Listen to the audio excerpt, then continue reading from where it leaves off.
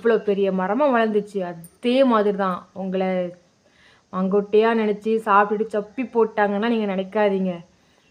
நீங்கள் உங்களோட வளர்ச்சியை பார்த்து அவங்க வாயடிச்சு போகணும். அந்த அளவுக்கு நீங்கள் மாறணும். அதுக்காக எவ்வளோ கஷ்டங்கள் வரலாம். இப்படிங்க நிறைய கஷ்டப்பட்டுட்டு இருக்கலாம்.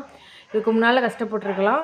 ஃப்யூச்சரில் கூட உங்களுக்கு அந்த நிலமை வருங்க. என்னங்க எப்படி சொல்கிறீங்கன்னு நினைக்காதீங்க. கண்டிப்பாக வாழ்க்கையில் ஒருத்தவங்களுக்கு ஒவ்வொரு அடி கண்டிப்பாக வரும். அதுக்கெல்லாம் ஆயத்தமாகவே இருந்துக்கோங்க. எல்லா நேரமும் ஒரே மாதிரியே இருக்காது பார்த்தீங்களா? அதனால தான் சொல்கிறேன். இப்போ நீங்கள் இவ்வளோ கஷ்டப்படுறீங்களா? கண்டிப்பாக நீங்கள் ஃப்யூச்சரில் நல்லா இருப்பீங்க. எவ்வளோ அடி வாங்கினாலும் சரி, எவ்வளோ ஏச்சு பேச்சு வாங்கினாலும் சரி, கவலையே படாதீங்க.